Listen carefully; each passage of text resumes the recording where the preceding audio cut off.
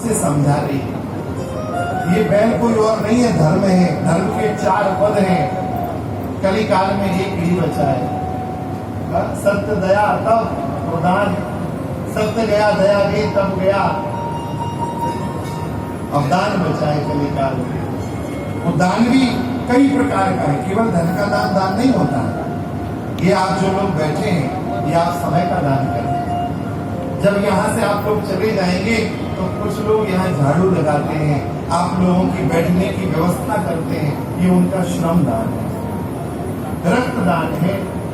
जिसको भगवान जिस योग्य बनाए वह दान करे। आप बहुत पढ़े लिखे हो तो अपनी विद्या का दान करें। आप बहुत अच्छा गाते हो तो भगवान के सामने अपनी विद्या का दान करें।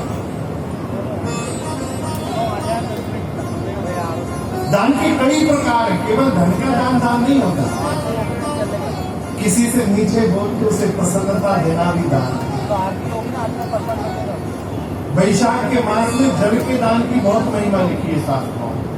ये जो महीना चल रहा है इसमें जलदान की बहुत महिमा लिखी है।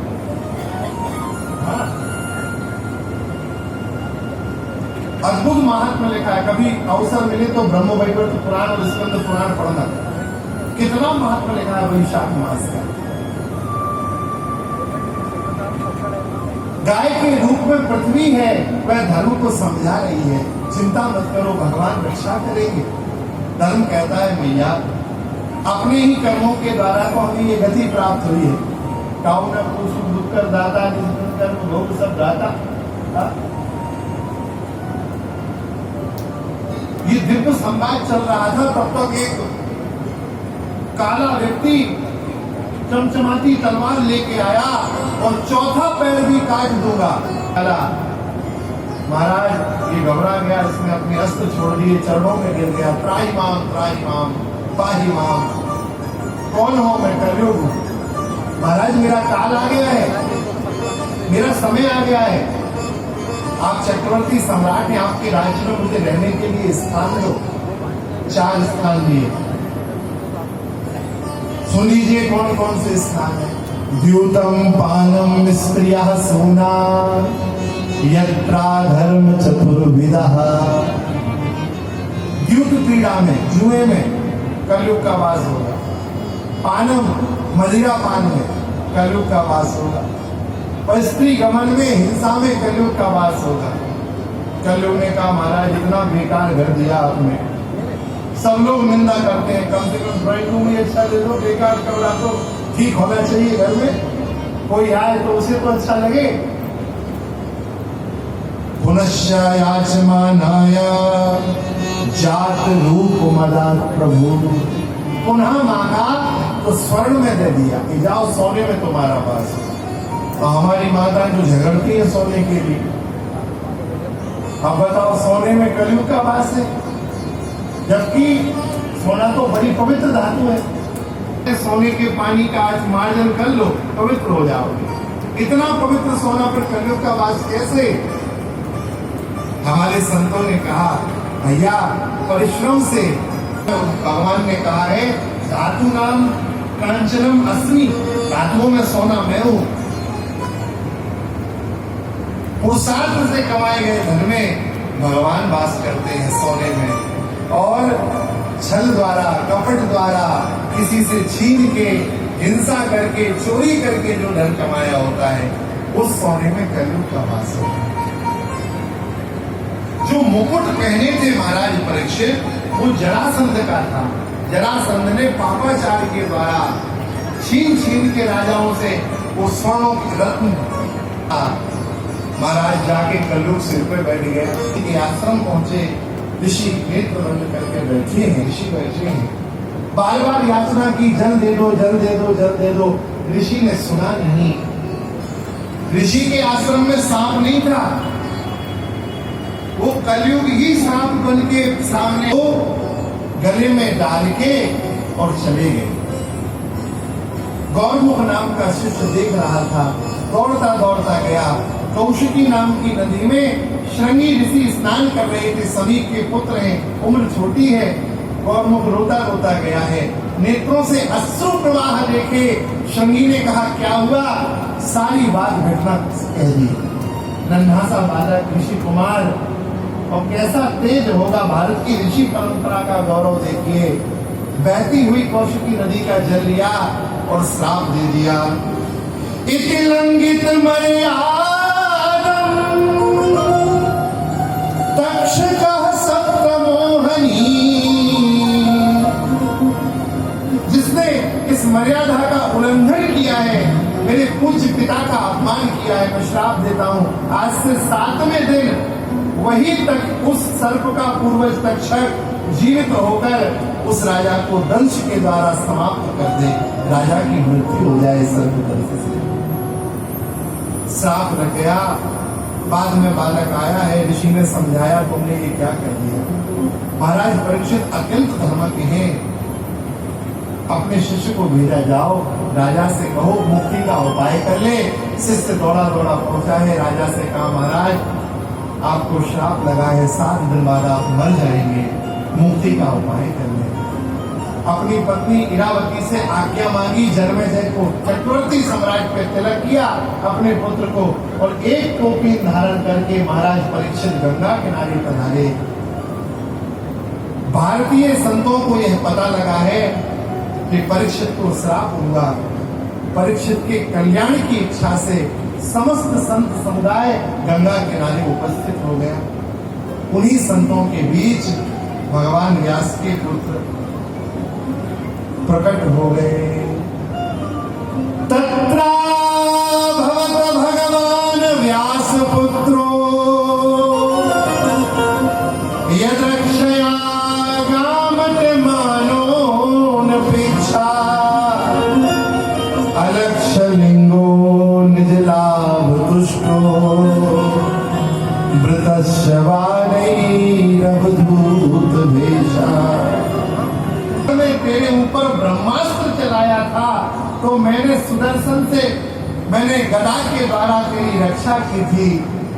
जब अस्त्र चला था तो अस्त्र से रक्षा की है। आज एक ब्राह्मण कुमार ने श्राप का वाक अस्त्र चलाया है तो मैं तेरी शास्त्र से रक्षा करूंगा। पहले शस्त्र से रक्षा की और शास्त्र से रक्षा करूंगा। भागवत सुना के तेरा कल्याण करूंगा। मानो भगवान पधार गए। सारे संतों ने समाधान किया है। अहो अद्य वयम ब्रह्मन् सत्सेव्याः क्षत्रबंधवा। सभी लोगों ने कहा धन्य है परीक्षित तुम्हारा भाग्य। ये शाम संस्मरणात् पुंसाम सद्यो शुद्ध्यन्ति। वही रहा जिनके स्मरण मात्र से घर पवित्र हो जाता है। ऐसे परम वीतरागी संत श्री सुखदेव पधारे हैं, तेरा सद्भाग्य है। परीक्षित जी ने वंदन किया, पाद्यार्चन दिया और एक स्थान पे बिठाया है। प्रथम स्कंध के अंत में परीक्षित ने प्रश्न किया। क्या प्रश्न है? प्रभु अतः प्रक्षामि संसिद्धिम योगिनाम परमं गुरुम पुरुषस्य यत कार्यम म्रियमाणस्य सर्वथा। जल्दी मरने वाले की मुक्ति का उपाय क्या है? अच्छा एक बात ईमानदारी से बताओ, और कोई बचाने वाला सामने खड़ा हो तो आप क्या कहेंगे? इसकी सही सजा हमें मिलनी चाहिए ये कहेंगे, या ये कहेंगे कि धारा ही हट जाए? ऐसा प्रयास कर दो। परीक्षित ने श्राप मुक्ति की बात नहीं कही। ये नहीं कहा कि श्राप से मैं मुक्त हो जाऊं, इस श्राप से कैसे बचूंगा, ये नहीं कहा। ये कहा श्राप तो मुझे लग गया है, मुझे ऋषि ने 7 दिन का जीवन दिया है। ये नहीं कहा कि मैं 7 दिन बाद मरूंगा। बोले महाराज इस संसार में कौन ऐसा है जो ये कह सकता है कि मैं कल जीवित रहूंगा, लेकिन मैं कह सकता हूं कि मैं 7 दिन जीवित रहूंगा, क्योंकि एक संत ने वचन दिया है तुम 7 दिन बाद मरोगे, 7 दिन तक नहीं मरोगे। मुझे तो 7 दिन का जीवन मिला है। दूसरी बात, हम सबका जीवन भी 7 दिन का ही, सप्ताह में 7 ही तो दिन होते हैं, सोमवार, मंगलवार, बुधवार, गुरुवार, शुक्रवार, शनिवार। इन्हीं 7 दिनों में जन्म होना है, इन्हीं 7 दिनों में जय जय सीताराम। हम सबका जीवन भी सब। अच्छा ईमानदारी से बताओ, राजा ने सर्प कहाँ डाला था? कहाँ डाला था? गले में डाला था। गले के ऊपर कितने छिद्र होते हैं? गले के ऊपर कितने? 2, 4, 6, 7 छिद्र मुक्त रखे तो 7 दिन तक का समय दे दिया। यदि सिर पे लगता तो उसी समय भस्म करने का श्राप दे देते। 7 छिद्र मुक्त करे तो 7 दिन का श्राप। ऐसे कई भाव हैं, संतों ने बहुत भाव दिए हैं। प्रथम स्कंद का विराम हो रहा है। प्रथम स्कंद के साथ मैं आज के सत्र का भी विराम करूंगा। कल हम प्रयास करेंगे कि द्रौपदी के चरित्र को सुने और भगवान के भक्तों के चरित्र जहां तक यथामति यथागति हमारी प्रेरणा ठाकुर जी करेंगे। एक बात समझ लीजिए, जीवन में भजन नहीं किया तो काम बनने वाला नहीं।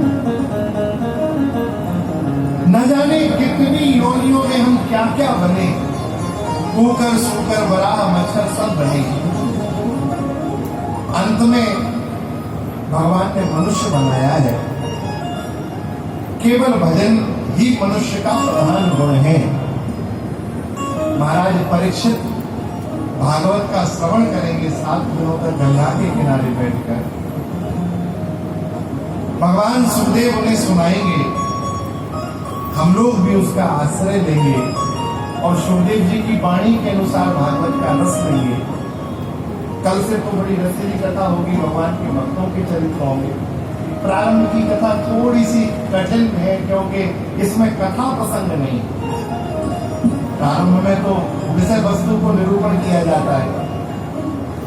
धीरे धीरे कथा बढ़ेगी, रस बढ़ेगा। परसों भगवान का प्राकट्य हो जाएगा, फिर तो और रसों वही सह श्री कृष्ण प्रकट होंगे तो रस ही रस का विस्तार होगा। हमारे जीवन में भजन बढ़ेगा। हमारी मैया जब से हम आए तब से कह रही है कि विदिशा की कथा में भजन सुना था, उसको सुनाना है आपको। तो हमने कहा कि आज कथा में तो कोई ऐसा प्रसंग नहीं बना के सुनाए। अब जाते जाते हम भजन हमारे पूज्य बक्सर वाले श्री नारायण दास जी भक्तमाली जी, जिन्हें हम लोग प्रेम से